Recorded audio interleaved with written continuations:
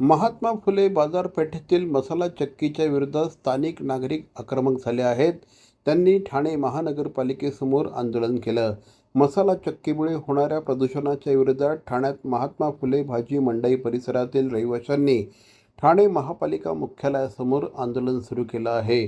मसाला चक्कीच्या आवाजामुळे आणि परिसरात मसाल्याच्या धुरामुळे लहान मुलांना, ज्येष्ठ नागरिकांना मोठ्या प्रमाणात त्रास सहन करावा लागतो आहे.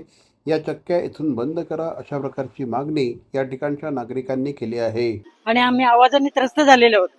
आज आम्ही जर काय केलं नसतं तर कानाची वाट लागली असती आणि आता आम्ही घरी जाऊ का दुकानात बसू हे आम्हाला सांगा. मसाले चक्के पहिले बंद करा. सगळ्यांनी त्यांना परमिशन दिलेली नाही की लावू नका म्हणून, तरी ते ऐकत नाहीयेत.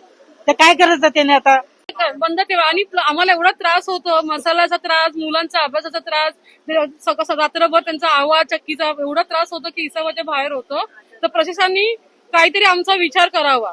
गेले 2-3 वर्ष झाले कंटिन्युअसली आवाज येत राहतो आणि त्यामुळे असं होतं की आम्हाला ना झोप व्यवस्थित मिळते ना, मुलांचे अभ्यास व्यवस्थित होतात. परत आजार पण वाढले, त्यामुळे दमा, सर्दी, खोकले होतात. कारण कंटिन्युअसली त्या मसाल्याचा जे वास येत राहतो ना, त्याने त्रास होतो. परत आमचे दुकानं सुद्धा आहेत तिथे, तर आमचे जे मिस्टर जातात, सकाळी जातात ते रात्री येतात, तर त्यांनाही भयंकर त्रास होतो.